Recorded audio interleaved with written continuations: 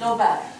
Well, first of all, thank you very much everyone for coming. Secondly, to the Commissioners, Commission of Inquiry, for the great work that they've done, and particularly the Haldane Society and the Young Legal Aid Lawyers for really organising this. I think this is a real achievement and can move into the campaign that will undoubtedly have to continue, alas.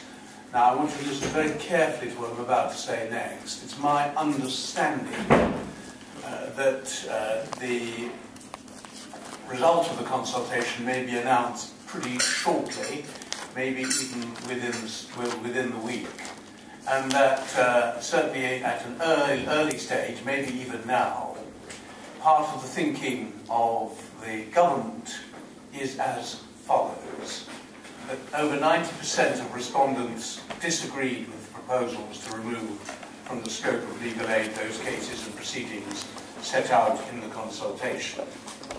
In general, having considered the objections raised, the government intends to pursue the reforms to scope as originally proposed. That's the understanding I have, and I think that's important to understand, realise, and it's important to mention that, I think, this afternoon. That means the campaign, of course, continues and increases. I think thanks must be given to Justice for All, to the Law Society for their sound off for justice, their campaigns which have worked so well separately and together, and now we add, of course, the Commission as well as part of this movement to try and stop the government making a really very serious mistake. And may I say, and this is probably absolute treason for me as a Labour peer to say, what a shame it is that Evan Harris is not a Lib Dem MP at the present time. I think we certainly, this campaign certainly would need him in Parliament. We're very glad to have him working so hard. I want to end with three final points because I want you to have a cup of tea and a cake before the Arts Society storms in here, which they will do in 6 minutes' time. 3 points. One, to just emphasise again the crucial point that forget everything else. These cuts, these proposed cuts, are totally economically illiterate.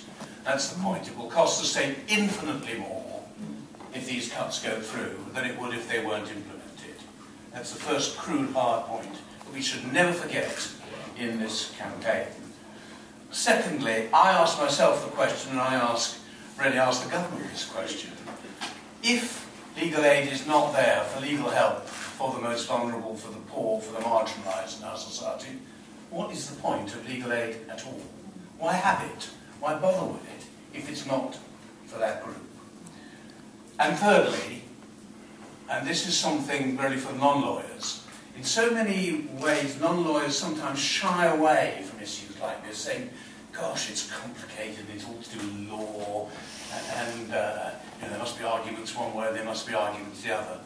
I don't think this is primarily a legal problem. No, it isn't. It really is not a legal problem. This is an issue for everyone, every citizen, because it's about fairness and it's about morality. And we should remember that when we're fighting this in Parliament, if that's what we've got to do, and fighting it outside Parliament, if that's what we've got to do.